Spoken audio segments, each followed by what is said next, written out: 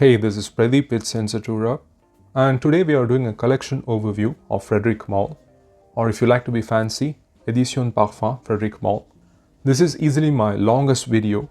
I will be covering 37 fragrances released till the end of 2024 as of this video. So it will be sort of a rundown of the entire collection of fragrances launched since 2000. And of course, with that, the brand will be reaching 25 years. 37 fragrances in that period is quite conservative. Now, if you have been watching my channel, I have made it no secret that it is indeed my favorite house. So I have been wanting to do this for a while. Another reason being that Frederic Malle, the man who founded and has been an integral part of the brand, working directly with perfumers, stepped down last year in what could be the biggest departure of a creative director in recent history, at least in reference to fragrances. Of course, I try to be optimistic and look at fragrance releases one at a time, but historically speaking, brands have not lived up to their earlier releases. So far, no one else has been announced to take over the brand. Estee Lauder, on the other hand, is also in free fall. Suffice to say, though I will be open-minded to whatever comes next, for me, this chapter in the brand's history is what I have been following with passion. Many memorable fragrances which have become my all-time favorites. I would even go as far as to say one of the reasons I am in this hobby today.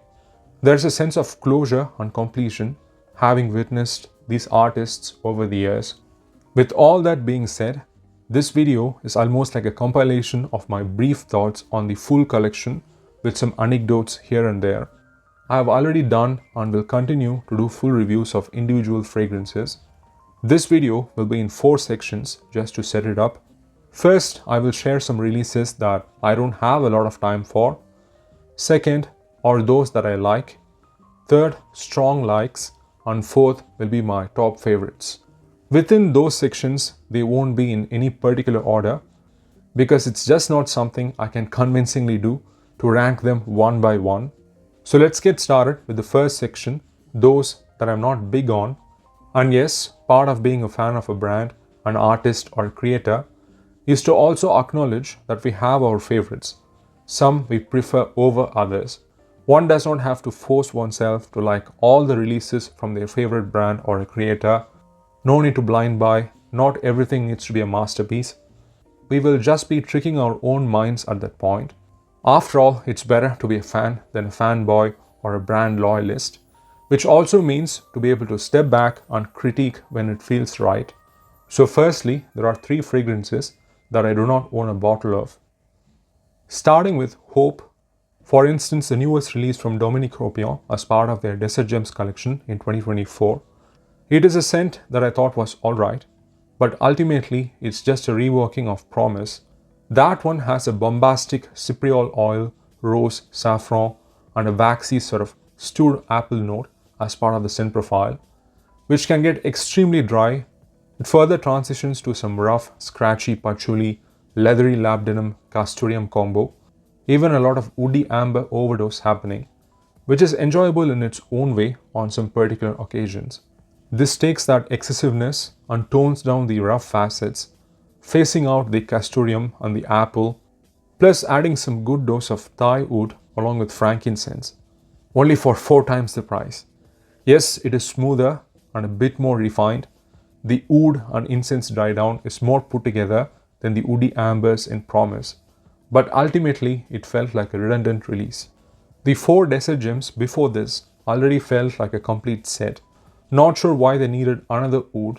It's not even clear how much Malle was involved creatively and if he actually signed off on it. For a curtain call, I would have preferred something else over this, which only adds to my speculation around the circumstances of his departure. But yes, certainly a disappointment for me. Next up is Acne Studios, again from 2024, created by Suzy Lele. This is one of the 3 olfactory portraits supposed to reflect the world of a particular fashion designer. In this case, Johnny Johansson, based in Sweden. This is a Scandinavian pink fever dream of a scent, a semi-modern take on a floral aldehydic incense theme, in part inspired by this pink scarf of Acne Studios, who are known for their utilitarian, youthful styling, I think.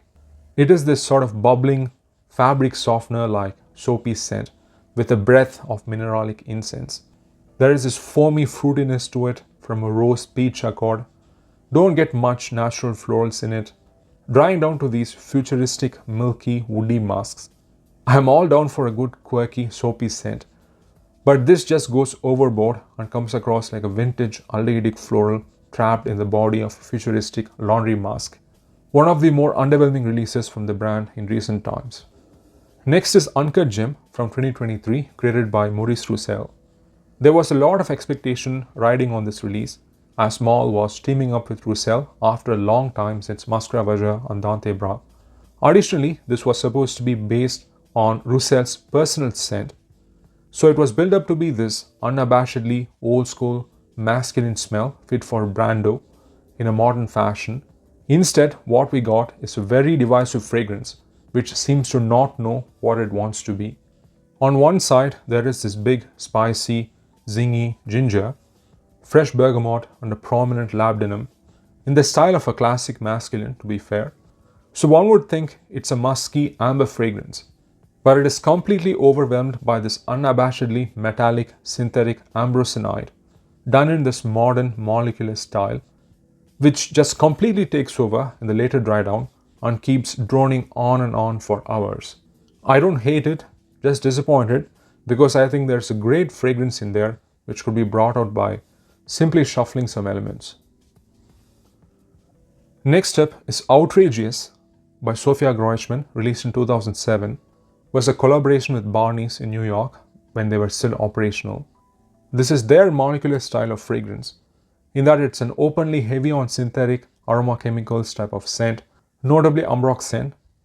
There's also aldehydes and a generous dose of starchy laundry musks in the base. It tries to build a citrus aromatic on top of them with lime, mint and apple.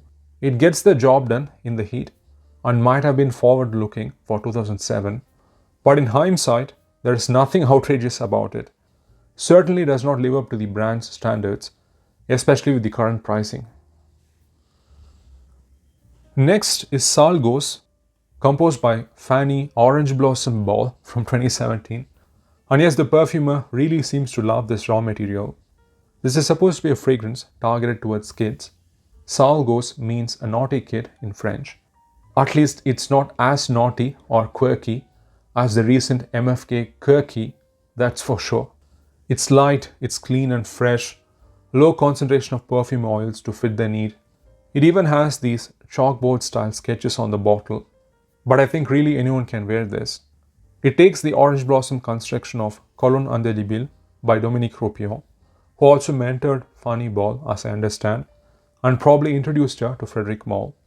So it takes this structure and makes it more brisk, clean, less endolic, removes all those sort of arid, waxy qualities, while also adding this playful touch with a bubblegum accord and even some violets.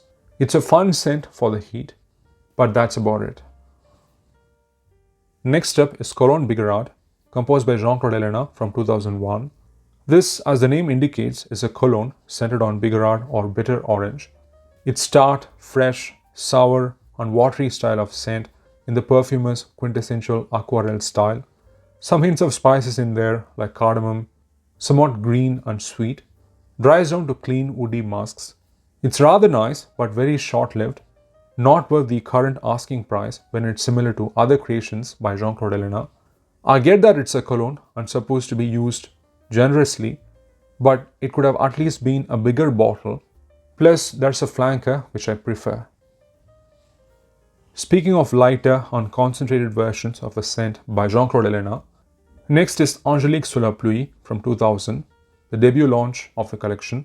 Such a poetic name. I struggle to put this here, but like I said initially, I think it's important to be open about what one really feels. This is obviously centered around Angelica, the sappy, green, herbaceous, brisk, peppery composition, but it's given this blooming, watery, dispersive treatment with a lot of musks. It's supposed to be a fine afternoon setting where you have these raindrops clinging to Angelica plants and shifting from the breeze. It's really a calming, naturalistic, somewhat contemplative scent. It can also be fleeting, but the time it stays is quite lovely. Another one where I prefer the flanker. Because of that, there could be some redundancy, but I do enjoy it for what it is. Alright, with those 7 out of the way, let's get into the likes category of 10 fragrances. Starting off with Bigarade Concentrée, of course the more concentrated version of Cologne Bigarade. It's a very similar scent, only less airy and watery, a little more spicy from the cardamom and cumin. It's fresh, juicy, bitter, lightly sweaty, and classically masculine with its cologne-like facets. There is additionally this green aromatic facets from tea, hay, and this fresh rose over a bed of cedar. So it's a little more complex, elaborate, and overall a more satisfactory experience. Next is also a cologne, one of the 10 fragrances done by Dominique Ropion for the brand. It is very much a modern interpretation of a traditional eau de cologne, only done with a boost from a lot of musks. It has the usual fresh, uplifting aspects that you would expect from a traditional cologne. The floral, soapy, clean aspects are also there. It captures this sort of dry, arid side and even the honeyed, endolic aspects of orange blossom. But then it is taken to the next level with the construction of the orange family notes here. There is orange blossom, of course, but there is also neroli and petit grain. Neroli is usually steam distilled, whereas orange blossom is from solvent extraction, plus the greener herbal side of petit grain also comes through in a much more vivid and complex manner here compared to something like Salle Gosse. Add to that some patchouli, resins and huge white musks, and you get this everlasting cologne. After that is Synthetic Jungle, or now Synthetic Nature by Anne Filippo from 2019. Another green scent, which is something they do well, and this particularly stays green throughout. This also exemplifies the approach of Frederic Malle, wherein he openly states the vintage fragrances that he is inspired by. In this case, Chanel No. 19 and Private Collection from Estée Lauder. The same perfumer also did the Legacy edition of Private Collection, which smells a lot like this. So that's very interesting how that turned out to be. Lots of green, sappy galbanum, fresh aromatic basil, and this acidic tart blackberry. It's quite an animated, contoured, greenhouse style of civilized green scent. It can be endolic from the jasmine, hyacinth, and a very convincing lily of the valley accord.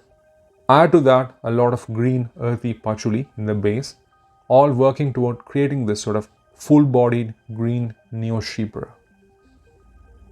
Following that with Dawn, released in 2018 and created by Carlos Benaim as part of the Desert Gems collection. This is up there with the Night as the most expensive from the brand. Just outrageous pricing for what it is. Luckily, I didn't have to pay anywhere near that. It has this proper Middle Eastern style of rose and oud from Laos apparently, with the backing of labdanum heavy amber. The star of the show, however, is this incredible olibanum/frankincense in the dry down. In the general sense, it is smoky, leathery, green, piney, yet really dry and resinous. But in comparison with others from this collection, or even some other ouds, this is not as in your face. It is relatively more approachable. It usually gets forgotten when talking about the Desert Gems, but I like it, especially for this regal, ritualistic persona. Following that with Heaven Can Wait from 2023, the last notable release from the brand, I think. Of course, it also happens to be the last from Jean-Claude Ellena. He is usually known for working with spices, pushing the composition in the cooler, fresher direction, be it cumin, cardamom, or pepper. With this, apparently, he wanted to explore the spices in a way that would push the composition on the warmer side. As such, there is a spice melange of pimento, carrot seeds, ambrette, and a very prominent clove. It feels like this soft, dry dusting of spices with a vintage touch, notably because of the carnation side of the cloves. What beautifully balances the spicy side is this buttery orris, some vanilla, and this sort of floral fruity nuances from some peach and plum. Sure, this is not the first time he has done a warm spicy concoction. There is Paprika Brazil from the Hermès collection, even some soft leathery nuances akin to Cuir d'Ange. Definitely there are hints of both of those fragrances in here. The way they have made this sort of piercing, warm, spicy notes into this comforting, almost romantic, whispering scent is just fantastic, I think. And again, not many niche brands with this kind of influence would even think of doing something like this in the 2020s. Next is another Jean-Claude, Rosé Cuir from 2019, or Rose Mistral, which is the original name of the fragrance that I prefer. Frederic Malle went to visit Jean-Claude Ellena after the end of his tenure as the in-house perfumer at Hermès, in the hopes of working together again.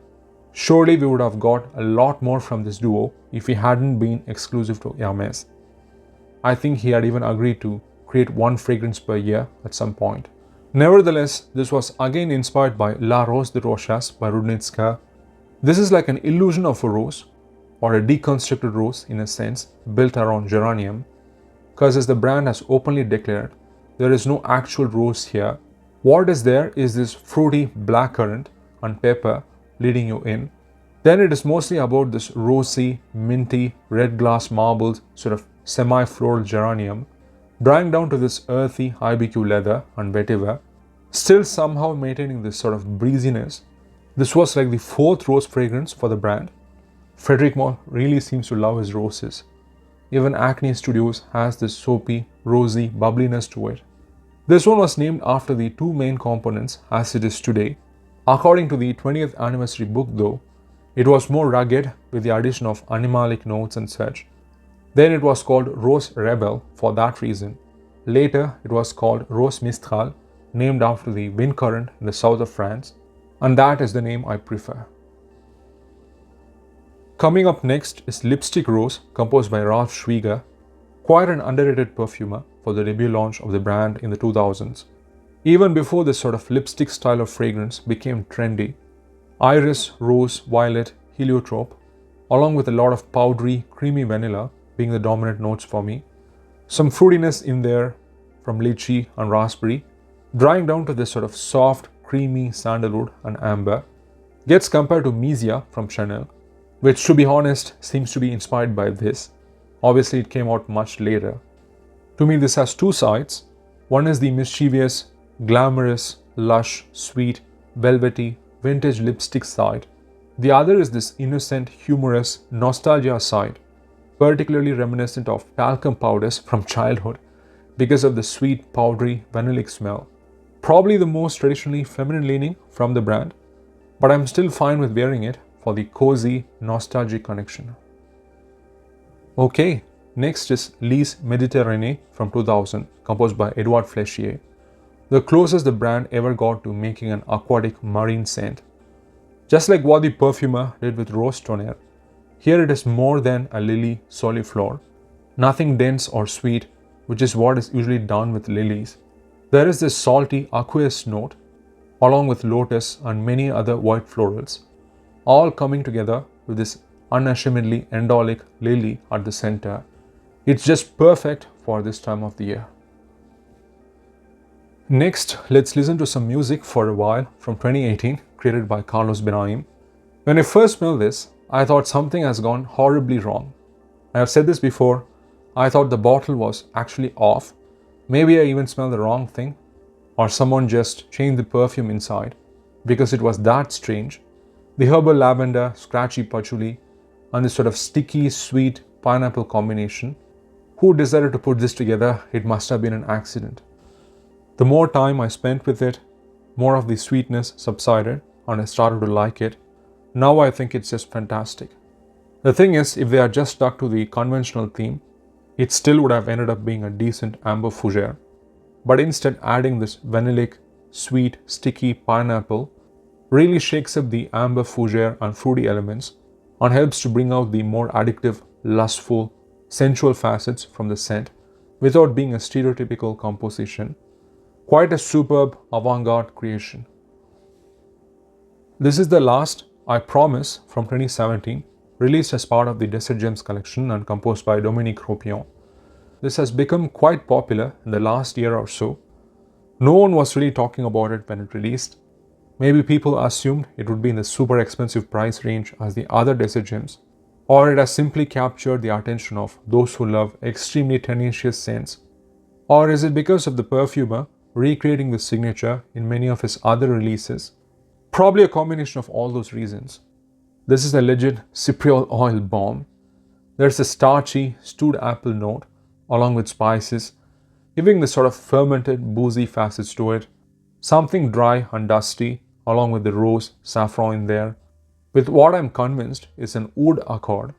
I say accord because it's definitely there, except it's not real oud as with the others in this collection.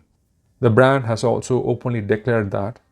This happens to be the least expensive of the 5 desert gems, eventually transitions to these extremely dry, sand-blasted woody ambers, amber extreme probably coming from IFF. Of course, there's also cypriol, patchouli, and this animalic castoreum. I do like it and reach for it when I'm in the mood for something bombastic, though it is not as aggressive as the first 3 desert gems. It can still be too much at times because of this long, droning, potent dry down. Alright, with that out of the way, we are going from the likes bracket to the strong likes bracket. Kicking off this list is Le Parfum de Thérèse, released in 2000, credited to Edmund Rudnitska, who Frederic has said many times is his greatest influence. This was posthumously released after Edmund Rudnitska's wife, called Thérèse, who this is named after of course, wore it as a signature scent, and also with the blessings of his son, Michel Rudnitska. Both agreed to let Frederic launch it under the legendary perfumer's name. This is a fruity chypre known as the prune or the plum fondly, clearly hinting at others like Diorella and Rocha's Farm. Melon, plum, some florals like rose and jasmine in there, along with leather and patchouli. Just a cascading, smooth perfume with a sexual edge. Absolutely beautiful. Also cemented his approach of referencing classic perfumes, which is what brings this soul and charm to his fragrances, I feel. That is why even other niche fragrance brands, which may have arguably higher quality materials, don't move me the same way. Let's do another rose next. This is Une Rose or Rose Tonnerre from 2003, the last composition by Edouard Flechier. One might think it is a soliflor from the original name, a rose, right? But what we are presented with is the snapshot of a dark, velvety, sultry rose from a garden at night during a thunderstorm. This character especially comes through because of this dark, damp, earthy truffle note. This seems to be one of the first fragrances to use it, even before Black Orchid and Noir de Noir and such. The wine rex, patchouli and castoreum adds this earthy, animalic dimension. It's really like a rose from a dark, twisted fantasy. Really, really good. Going next to The Night from 2014, composed by European of course. Though they didn't come out and say it, this is kind of the response to the oud craze that was at its peak in the early 2010s. Plus, there was a lot of chatter on Portrait of a Lady behaving like a Middle Eastern perfume. So they both had to respond in some way, and man did they deliver. They took their time and made this perfect marriage of the Middle Eastern scent profile, constructed with the finesse of a fine French perfume. There's a lot of Bulgarian, Turkish rose paired with this unapologetically animalic, cheesy, barnyardy, bold, transportive Hindi oud. The opening can be too much, but the dry down is just so serene and evocative of the beauty of that part of the world. The framework of Portrait of a Lady is clearly there. It only becomes more and more obvious as you spend time with it. Easily the best Western/French real oud fragrance of this era. Contrasting that with Eau de Magnolia from 2014, composed by Carlos Benaim, this once again proves how good the brand is with florals, and they do not do it by creating the most obvious sweet, powdery, blousy floral concoctions. This feels like an impressionistic portrait of magnolia blossoms. In real time, it cannot be extracted naturally because it's just too delicate and unstable. So this is the perfumer using his craftsmanship to come up with an illusion. It starts off bright, sheer and lemony, and somehow the perfumer manages to keep it that way for the entire life of the fragrance. At the heart is this beautifully abstract, clean, glistening white floral accord. It almost smells like someone refined, like a chic woman or even a mood, more than a scent. There's also what usually are darker notes being lightweight here, like patchouli, vetiver and moss. It's like a chypre in a summer dress on a getaway. Contrasting that again with the Moon from 2019, composed by Julien Rasquinet, again from the Desert Gems. This time it is not as ritualistic and spiritual as the night or the dawn, but it is time to celebrate with a safari and smoke some shisha in the middle of the desert during the Luna festival. This is a colossal fruity oud plus leather composition. It has this ruby color evoking red fruits opening, lychee, raspberry, saffron, leading us into this dark, resinous, crackling oud and leather. What I find impressive with this is the way it keeps the elegant, rich, opulent, mysterious qualities that you would expect from an expensive oud fragrance, of course. But then it is not too serious and depressing. Instead, it goes for this celebratory, optimistic, almost romantic persona. Just an amazing, memorable experience with this one. It's Rasquinet's solo release with the brand, and he seems to be proud of it, including his master, Pierre Bourdon.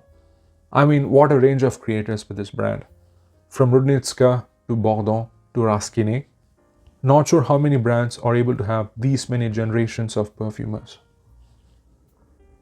Let's get Superstitious from 2016, another European composition, another designer collaboration. This time for Alber Albas of Lanvin fame. This is a classic aldehydic floral, to put it simply. The initial idea was to capture the scent of an expensive couture dress, but it has so many elements assembled besides the florals in this hyper-realistic manner. There's a huge aldehydic presence, almost this sour candle wax root beer style of aldehydes, the classical floral bouquet, iris, rose, and this particularly sultry jasmine, a big peach, patchouli and amber to boot, coming together to form this blend of futuristic Middle Eastern style of opulence somehow. It's a highly underrated mall European combo, unfortunately now discontinued. Of course, still neatly tying to the theme of the designer, who had his own superstitions. Like I mentioned in my review, it's a cyber chypre, fit for Rachel, the replicant character from Blade Runner. Going to another European composition next. This is Carnal Flower from 2005. This is simply the fragrance that made me enjoy tuberose in perfume form. I much prefer just the flowers themselves, growing up in India and such, just like jasmine. But the way the different elements are constructed here to showcase this bold, lactonic, voluptuous, expanding style of tuberose is just amazing. European said that it was a monumental task trying to tame this tuberose, which I thought was an interesting way of putting it. And yes, it can easily go wild like it did with Fracas, which everyone was copying. It has this narcotic, chilling, wet breeze kind of scent that you're hit with when you enter an air-conditioned florist's room. For me, it works in two ways.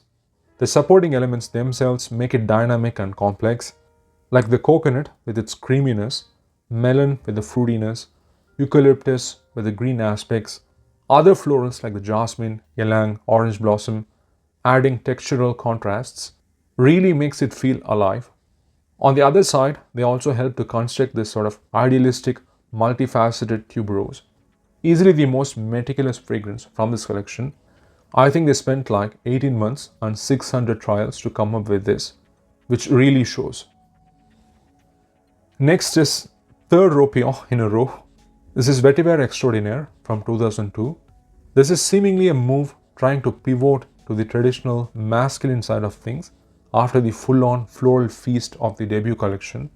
On first glance, this comes across very obvious, and then you start to spend time with it and more details start to reveal themselves. For instance, this was the fragrance where I got to know you could use different varieties of a single raw material to make it multifaceted. Here it's Haitian vetiver mainly, but there are a couple of other varieties which make it stand out as a composite note.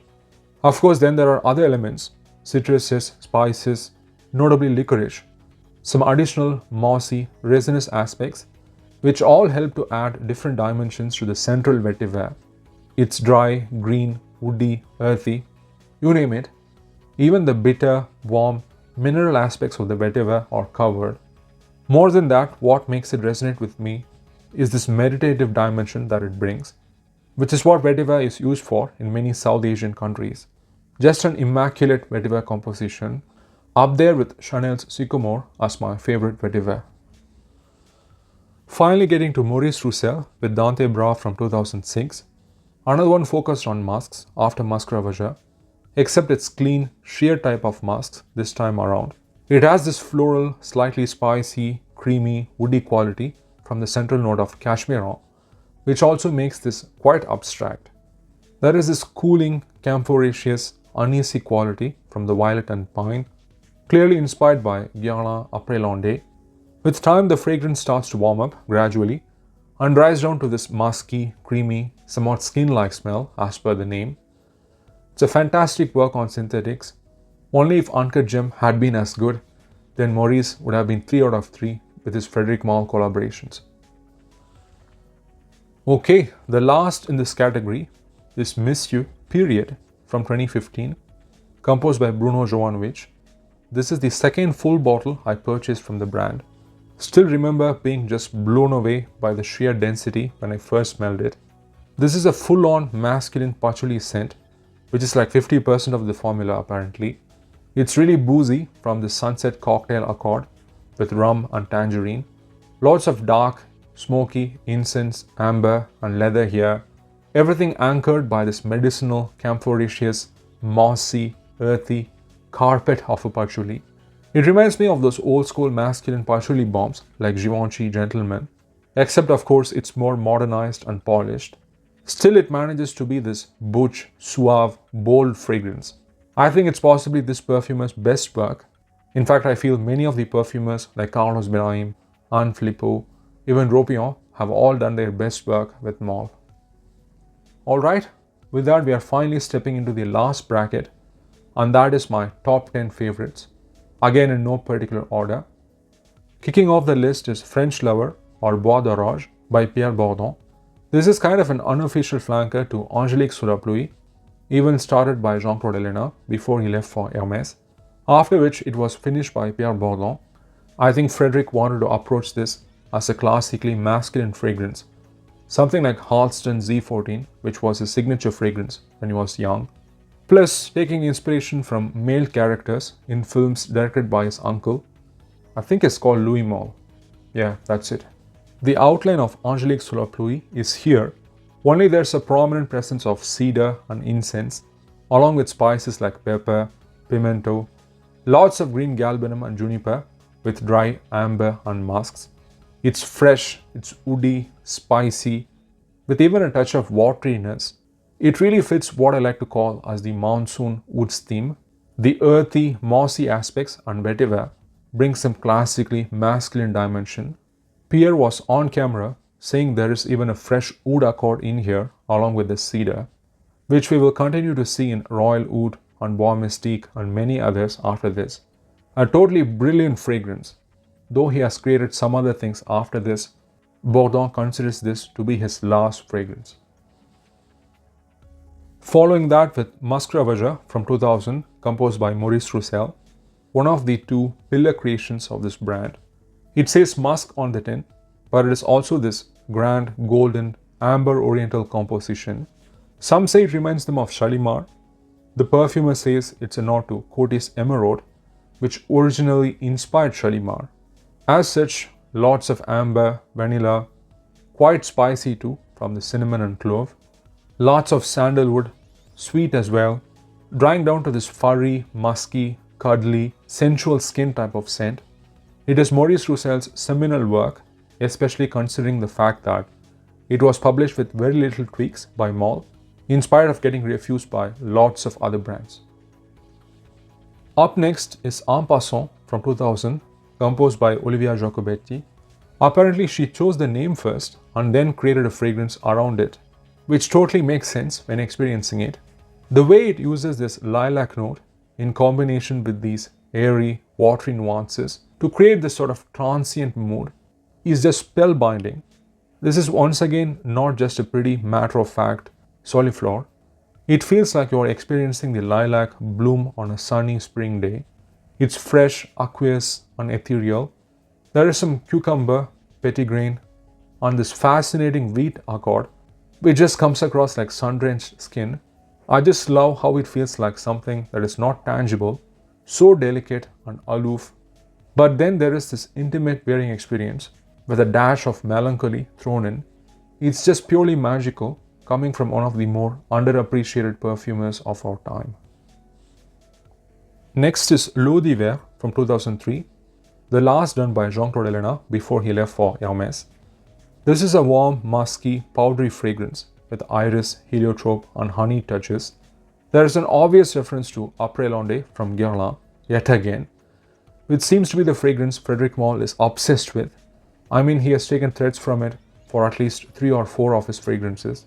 With O in the name, obviously one would think this is going to be a cologne style of fresh, citrusy smell, but it happens to be a subversion of the concept of an O style of scent, which is usually for warmer weather.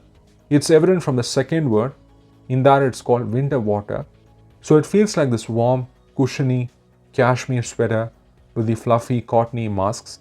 The powdery iris and this thin coating of honey are like beautiful decorations, done in this ethereal, clean style of Jean-Claude Ellena. It's just absolutely beautiful.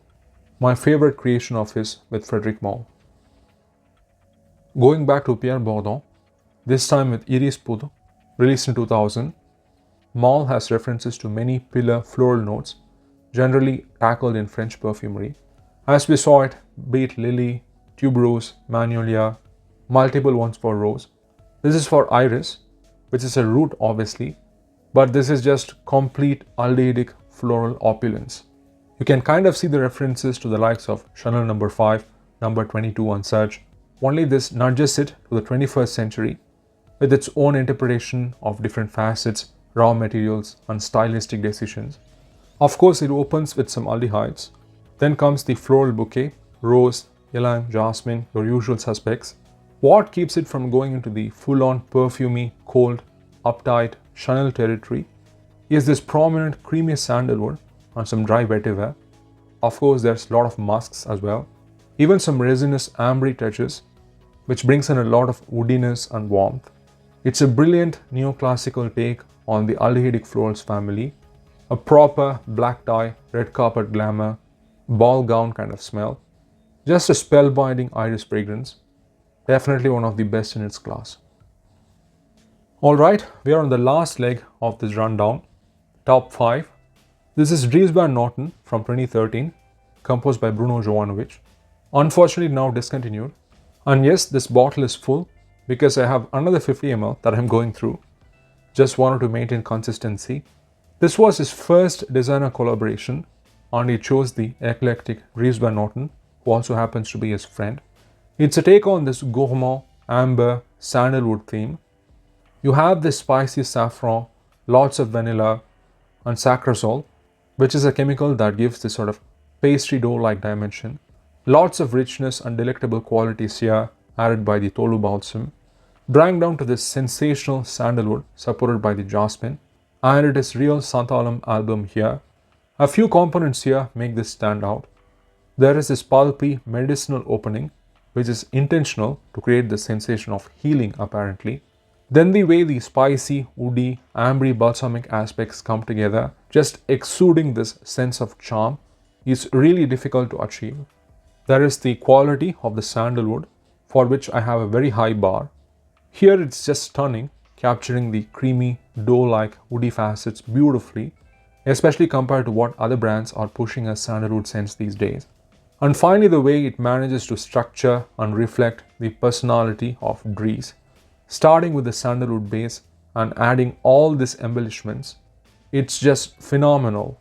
Like I said in my review from 2 years back, I think it's the best sandalwood since Samsara by Guerlain. Striking again, Geranium pour Monsieur Ropion from 2009. Apparently the fragrance that Malle himself has worn the most. This is something personal for Frederic because it is derived from the scent profile of a mouthwash called Eau de Boto that his father used. So it is not a surprise that some people get toothpaste from this. But for those who have gotten past that, this is one of the best summer fragrances one can reach for. There is a distinctive mint geranium combination twisted into this masculine neo-fougere.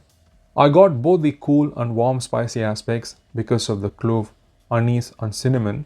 It's green, aromatic, and somehow Ropillon managed to incorporate some benzoin and a thin streak of sandalwood in there. It maintains this exhilarating, refreshing quality for quite a long time. Just an incredible composition. It would also become important because of this signature resulting in other creations for the brand. It feels classy, bohemian, and yet laid back, giving this unshakable inner calm whenever I wear it. Truly brilliant. Alright, last three. Une Fleur de Cassie from 2000. Once again a floral creation by Dominique Ropillon. Only this time it is Mimosa or Cassie, which is the most intoxicating variety. Once again, it is not a typical, pretty, run-of-the-mill floral. More of an unblushing, full-bodied yellow floral. First thing that I imagine smelling this is my peripheral vision going from color to black and white because of how vintage inflected this is. You have the central cassie. It's waxy, fleshy, powdery, aldehydic, and beautifully animalic, drying down to this musky sandalwood. It just oscillates between vintage leather gloves, champagne cork, and warm skin. How he created this in the brink of the 21st century is still unbelievable. If their tuberose is Carnal Flower, this is her mother. Comes across like it belongs to the ballrooms of 1920s Paris, along with your Shalimar, L'Heure Bleue, Cuir de Russie, Tabac Blanc, and such. I have been hearing this is an acquired taste and it does not sell units and on the chopping block for a long time. You can't even see it in many of their outlets. Still somehow Frederic managed to keep it. I hope it doesn't get discontinued. But if at all they had to, again I hope that somebody like the Osmothec will pick it up and preserve it for future records. It truly deserves it. Last second is Noir Epices from 2000, composed by Michel Rudnitska, who rarely creates anything. This is kind of like a hybrid between a spicy oriental and a fruity chypre. You have the spices, as it says on the name, cinnamon, nutmeg, clove, pepper, all dispersed in this stream of rose and geranium. Almost feels like rose water. There's a creamy, fruity, peach, melon, orange kind of tonality to the scent, which makes it such a delight to wear. Something cultured and old world about it, with a modern soul of course. Seems like he has taken a cue from his father, possibly, from the likes of Diorella and Rocha's farm. Patchouli and amber add this sensuous warmth to it. It still has a lot of freshness without being too rich and ambery. Nowhere near spicy when you compare it to the spice overloaded fragrances these days. Lot less dramatic, much more complex personality. It's quite underrated in comparison to the popular ones from the brand. It is the first full bottle I purchased almost 9 years ago and then bought a second one. Still to this day, an absolute all-time favorite. Alright, the last one, no surprise here. The crown jewel of the brand, which also happens to be one of my personal favorites, composed by Dominique Ropillon yet again. It is its own signature. You hear the name, everyone knows what you're referring to. Quite distinctive. Of course, nowadays it has been copied. Taking the base of Geranium pour Monsieur and adding richer elements, we have this big Baroque rose patchouli amber fragrance. Some people even consider this to be a chypre, but the brand itself calls this a new breed of amber oriental. Grand opera, red velvet screens, candles and black gowns. That sort of setting is what comes to mind, which is why I felt it was too opulent for me initially. Nowadays I feel like it is its own character that one could wear it even casually like an expensive watch with a t-shirt and it still works. Personally, I have a lot of fond memories with this smell, many special occasions, meeting people important for me, and a handful of such instances. The composition by itself is a landmark creation which I think will still be talked about for decades to come. In retrospect, it has been quite the journey. These have been part of the overall experience that I've got from this hobby over a decade. That is more than being just a collection of fragrances. I am sure longer for some others. It's a result of someone creative with the right background, having the economic means, the right industrial connections, and the passion coming through at the right place at the right time. Those kinds of occurrences don't happen that often. Irrespective of what happens to the brand now, his chapter has concluded and his legacy secured. Now hopefully people can continue to enjoy some of these creations. I'm sure I will. With all that being said, if you're still here, that has been my summary of the entire collection of Frederic Malle. And as always, thanks for watching. Take care and ciao.